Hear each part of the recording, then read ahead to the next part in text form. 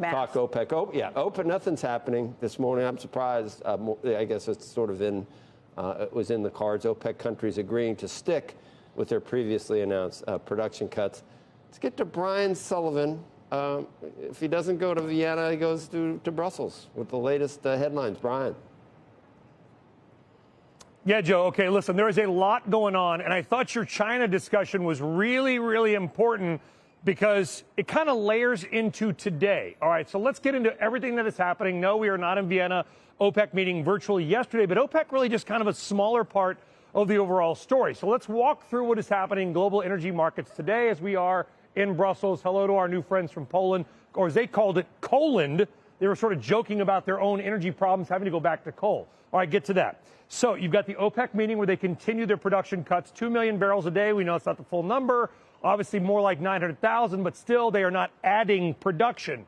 All at a time when the European Union sanctions on seaborne, meaning coming from a ship, Russian oil, go into effect today. There are still going to be some exemptions for maybe some pipeline fuel going into Germany. We don't know. All that, of course, probably still finally being hammered out here in the European Union behind us. You've got this $60 Brent crude price cap, which is also going into effect today, which is probably the level where Russia is selling oil anyway. So it's not going to do a lot, but it's politically expedient and it's enough to kind of maybe keep oil flowing. And what you guys just talked about, guys, all on those same days, today, one day, we have China, which has decided to sort of reopen its economy and thus likely use more fuel. Now, I'm no math expert, but there are 365 days in the year, so that's what you carry the one, 0.275% chance that China announces a reopening on the exact same day that the price cap and the sanctions all go into effect. Oh, and by the way, Alexander Novak, the energy minister from Russia, was just in China talking about energy. Maybe it's all coincidence, who knows. By the way, Russia guys vowing retaliation. The Russian ambassador to, you named it, Joe, Vienna, coming out over the weekend. I don't need to read the tweet. You can read it for yourself, basically saying, today, the European Union will get no more oil. So if you're not tracking it, Europe has said, we're not going to use any more Russian oil. Russia says, fine, we're not giving you any more Russian oil.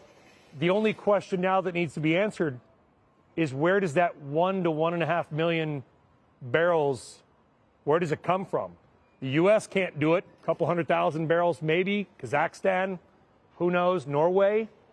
We're in day one of the next leg of Europe's energy woes, guys.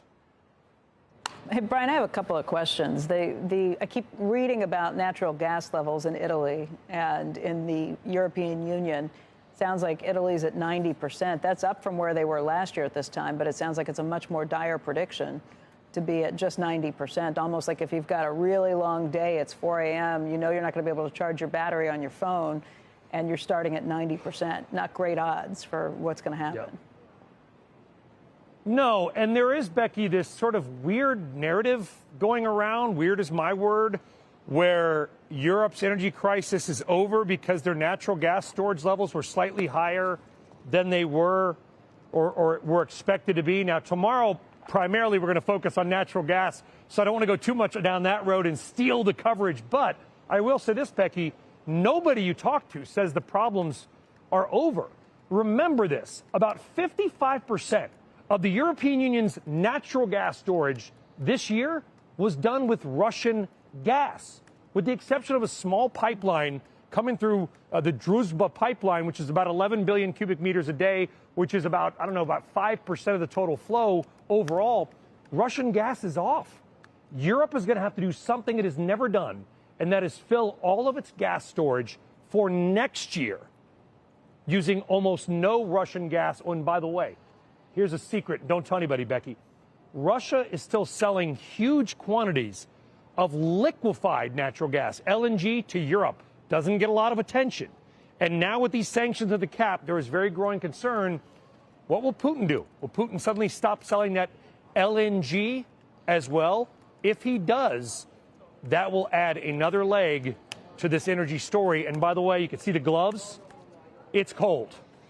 And cold is bad because it drains that storage.